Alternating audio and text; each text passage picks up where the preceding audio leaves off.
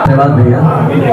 यहाँ हमारे मंचासीन हमारे पांचों जिलाध्यक्ष महोदय, साथ ही हमारे सारे पूर्व जिलाध्यक्ष महोदय, हमारे यहाँ के वरिष्ठ नेतृत्व गए, हमारे पांचों पार्टी के कार्यकर्ता गए, यहाँ पे हमारी मातृशक्ति और सभी यहाँ पे उपस्थित अतिथि, आप सबको नमस्कार।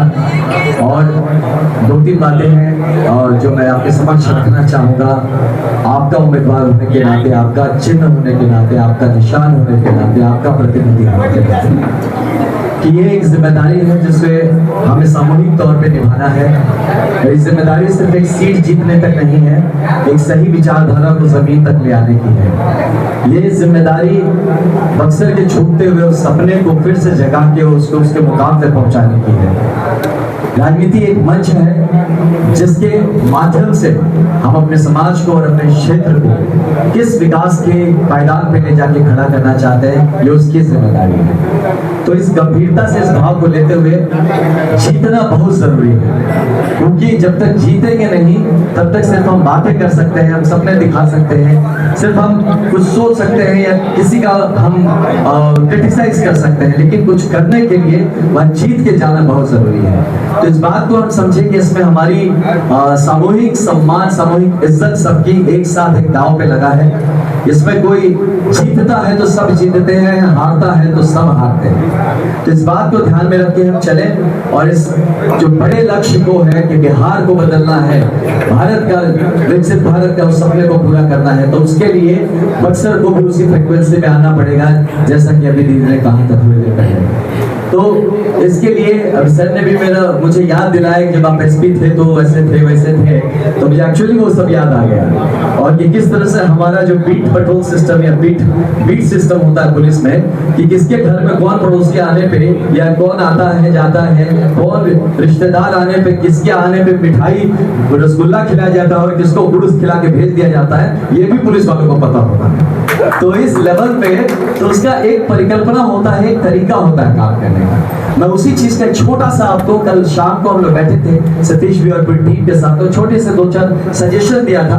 मैं कहीं इस लायक नहीं हूं कि मैं इतनी बड़ी पार्टी है आपके इतने बड़े अनुभव को सजेशन को किसी तरह का उसमें छोटा सजेशन है, जैसे कभी कोई छोटा बच्चा उठ के एक अच्छा सजेशन दे देता है, तो वैसे ही मेरे सजेशन को लिया जाए। तो एक सजेशन जैसा है कि बहुत सही बात है कि हमें कम से कम बैठक होनी चाहिए, ज्यादा से ज्यादा जमीन पे रहना चाहिए। हम जितने हर मिनट जितने लोगों को टच करेंगे उतनी हमारे चांसेस ज्यादा वोट्स की बढ़ती जाती है। तो इसीलिए जैसे अब कैसे करें, और एक बात है कि एक बार मान लीजिए अगर मैं ही घूमता हूँ तो एक गांव में मैं एक बार जाता हूँ, तो इस 15 दिन में एक बार जाता हूँ, उसके पता नहीं कौन कौन जाता है और लोग भूल जाते हैं कि मैं गया था। तो उसको कैसे बार बार याद दिलाया जाए, कैसे उसको लगातार याद रहे। तो सबसे ऊपर की संरचना जैसे आप लोग ऑलरेडी पहले से भी करते हैं, तो जो मान लीजिए कि मैं ही प्रत्याशी हूं, मेरे साथ एक टीम में 5, 6, 7 गाड़ी जो भी हो, तो मान लीजिए 5 गाड़ी का एक समूह मेरे साथ चल रहा है, तो हर गाड़ी में 5 मतलब 25 लोगों का समूह। तो उसमें अगर पॉसिबल हो तो 3 गाड़ी में हमारे वरिष्ठ कार्यकर्ता रहे, नेतृत्व रहे, एक गाड़ी में हमारी युवा शक्ति रहे जो जिंदाबाद और नारे कर सके, और एक गाड़ी में हमारी मातृशक्ति रहे, ताकि ये और इसमें भी जो 5-5 के लोग बैठते हैं, तो हम जो 5 पार्टी है, हर पार्टी का एक आदमी उसमें बैठे। तो इस तरह से 5 गाड़ियों में और एक ही गाड़ी में पांचों एक ही पार्टी के लोग ना रहे, 5 पार्टी के लोग एक गाड़ी में बैठे। इस तरह से करके हम अगर 5 गाड़ी तैयार करते हैं, तो आप देखिए तो हिसाब से मेरे साथ चलने वाला एक दल का 5 ही आदमी है, तो कितने आदमी खाली छोड़ दिए गए। तो आप चाहे तो उसको रिपीट भी कर सकते हैं, सबको एक साथ झोंकने की जरूरत भी नहीं है। तो इस पे हमारे अध्यक्ष महोदय कुछ प्लान सुझाएंगे, तो इस पे हम कर सकते हैं। दूसरा, ऐसे ही 5 गाड़ी एक टोली हो जो हमारी मातृशक्ति की टोली हो, महिलाओं की टोली हो, जिसमें कि 5 में से 3 गाड़ी जो हो वो महिलाएं, 4 गाड़ी हो जो महिलाएं ही हो, और 5वां गाड़ी पुरुष हो जो वो भी थोड़ा जिंदाबाद करने में मदद कर सके, जो युवा शक्ति रहे। तो इस तरह से 5 की टोली एक महिलाओं की भी निकल सकती है। इसके साथ साथ जो बूथ लेवल पे हमारी टीम से जितने हम लोगों के लोग हैं, तो जो ये सुबह में जो प्रभात फेरी का कल्चर एक था या है, तो उसी चीज को अगर हम बूथ पे, अपने बूथ लेवल पे वो उस तरह का प्रभात फेरी, जो बूथ की हमारी टीम है 10 लोगों की, 20 लोगों की, उनकी अगर जिम्मेदारी तय कर दी जाए कि आप अपना वोटर लिस्ट लीजिए और ये जितने घर जितने लिखे हुए हैं उन्हीं के घर जाना आपको प्रभात फेरी में। तो रोज सुबह उठिए, अपने सब लोग मिलकर वहां पर टिक लगाते चलिए, देखते हैं कि 10-15 दिन में कितने टिक लगते हैं, मतलब आप उस परिवार में कितनी बार जाते हैं। तो अगर इस तरह का भी अगर हम कर सके, जो लिस्ट लेके अपना फेरी निकाले, खाली ऐसे नहीं हाथ जोड़ते हुए चलते रहे, तो शायद उसका प्रभाव उतना नहीं पड़ता। तो मैं जब मतलब एज अ पुलिस ऑफिसर था, तो मैं अपने सिपाहियों को बोलता था गाड़ी पार्किंग करके लाइट जला के तुम क्राइम कंट्रोल नहीं कर सकोगे, तुम्हें पता होना पड़ेगा क्यों खड़े हो। वहां जाके जब किसी को रोकते हो, पूछताछ करते हो, आपने ये सोचा होगा, देखा होगा, कभी पुलिस खड़ी रहती है और आप जा रहे हैं, आ रहे हैं, पुलिस कुछ पूछते नहीं है, आपको लगता है जाते हो तो ऐसे बैठी टाइम बर्बाद, कुछ नहीं करे, कान के नीचे, नाक के नीचे हो, जिसको पता नहीं चलेगा, और आप सही बोलते हैं। लेकिन वहीं पे क्या होता है, जब जाते हैं पुलिस वाला बस हाथ दिखाता है, ऐसे ऐसे करके गाड़ी में देखता है और फिर उधर जाइए, उधर बड़ा चेकिंग होता हो, पूरा चेकिंग होता है, पूरा बहुत चेकिंग, कुछ चेकिंग नहीं किया है, और बस हाथ दिखा के ऐसे देख के छोड़ दिया। लेकिन आप जाके 5 जगह बोलेंगे बहुत चेकिंग टाइट बा। तो ऐसे ही है ये भी चीज, घूमने से वोट नहीं मिलता, रोकने से, टोकने से, बात करने से, पूछने से, समझाने से वोट मिलता। तो इस बात को अगर हम लोग अपने जमीनी स्तर के कार्यकर्ता को समझा सके तो मुझे लगता है इसका अच्छा प्रभाव पड़ेगा। और साथ ही साथ कल हमारे युवा साथी थे, तो इनकी भी टोलियां निकलती हैं जब, तो मैं बात में बताया कि अगर मैं आज आपको बोलूं कि आप एक काम करिए भैया, जरा जाके देख के आइए, ये जो बाईपास है तो गोलंबर से ज्योति चौक से जरा जाइए ना, देख के आइए। तो आप जाएंगे और आप गोलंबर से ज्योति चौक घूम के आएंगे। ऐसा 5 बार हम आपको बोलेंगे, आप घूमिए। फिर जब आएंगे हम पूछेंगे आपसे वहां से, अच्छा यहाँ पे ये बताइए कि कितने गैराज हैं इसमें। अपने गैराज तो था, देखे तो थे, कितने हैं वो नहीं पता है। हम अच्छा कितना दुकान है जहाँ पे पेन मिल जाएगा, कलम मिलेगा, कलम मिल तो जाएगा, कितना दुकान में मिलेगा ये तो हमको नहीं पता है। तो ये क्यों ऐसा होता है?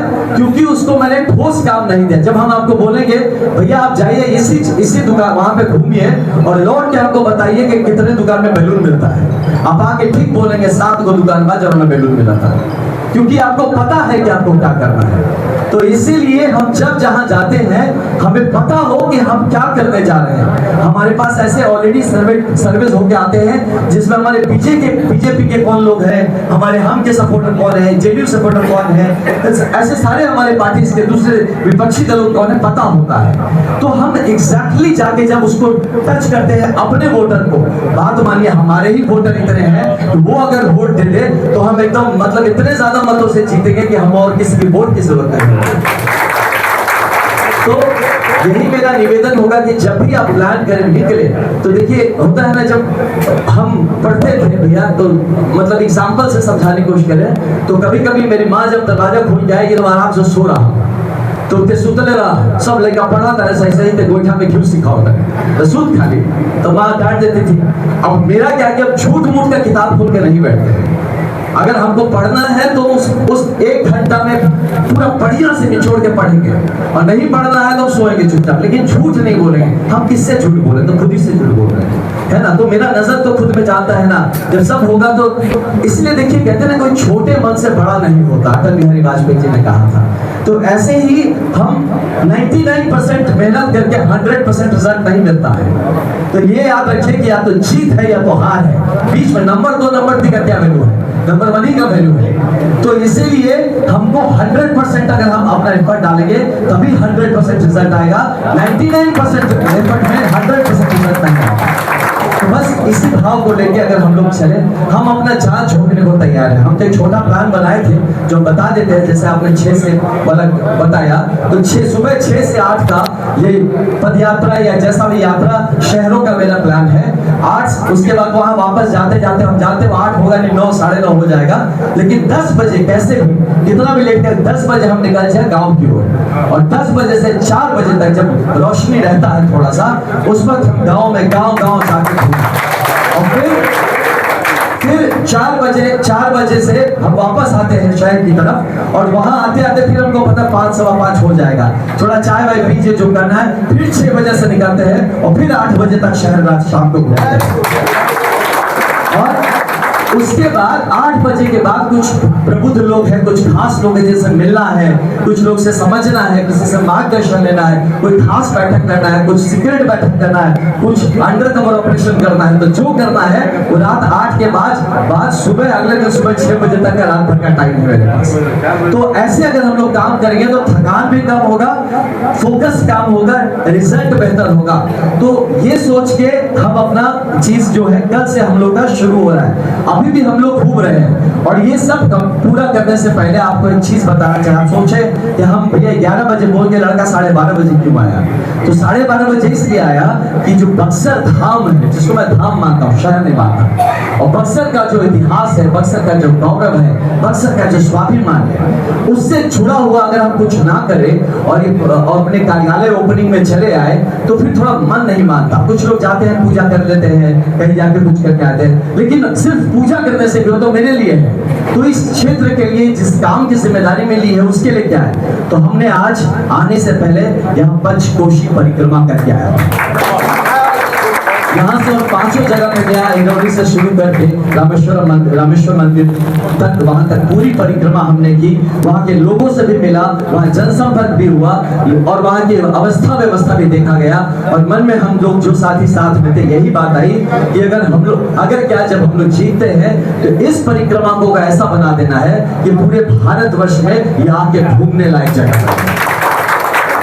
तो इसी बात के साथ विराम देने के पहले, जस्ट पहले मैं आपको एक आश्वासन देना चाहता हूँ, एक वादा करना चाहता हूँ आपसे भी। आश्वासन ये कि देखिए, चुनाव जब कोई कहने का राजनीतिक, मैं इतना तो जानते हैं पॉलिटिकल बन नहीं पाया हूँ अभी तक, फिर भी बोलूंगा, राजनीतिक तरीके से नहीं बोल रहा हूँ। चुनाव जरूर मेरे नाम पे लड़ा जा रहा है, मेरा चेहरा दिख रहा है, लेकिन अगर विधायक बनेगा तो वो आप लोग ही बनेंगे, ये आप ही विधायक बनेंगे।